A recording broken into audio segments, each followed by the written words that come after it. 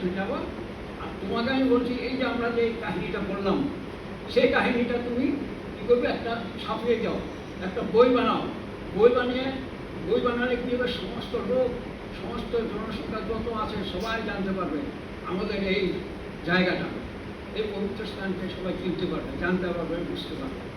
তাই আমি বললাম ঠিক আছে, আমি আজকেই করে দেবো। পরে আমি কী করলাম, সেই রেল স্টেশনের দিকে তাকালাম।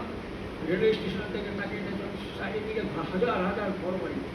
যা বলছিল কষ্টা সত্যি, ঘর বাড়িগুলো দেখতে মনে হচ্ছে একটা গির্জাঘর, এত পবিত্র, স্থানটা পবিত্র। আর মানুষজন দেখলাম দু একজন ঘর তুলে বেরোচ্ছে, ওদেরকেও দেখলাম ওরা খুব পবিত্র, এত সুন্দর জায়গা। আর সমস্ত জায়গাটাতে পবিত্র ভাব, সেখানে কোনো অপবিত্রের কোনো কিছু নেই। আমার দেখে মনটা জুড়িয়ে গেল। পরে আমি কী করলাম, স্টেশনের দিকে তাকালাম। স্টেশনে দেখি লেখা আছে, স্টেশনের নাম পবিত্র বন্ধন। স্টেশনের নামটা হচ্ছে গিয়ে পবিত্র বন্ধন। তারপর আমি কী করলাম, আস্তে আস্তে চলে আসলাম আমার ডাকবাংলোতে। এসেই খাতা কলম নিয়ে বসে গেলাম সেই কাহিনীটা লিখতে। সেই কাহিনীটা লিখতে শুরু করলাম। এটাও আমি কাহিনী লিখছি।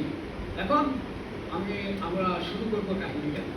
দেখা যাচ্ছে দূর থেকে একটা ট্রেন আসছে, সেই ট্রেনটা আস্তে আস্তে করে এসে সেই যে পবিত্র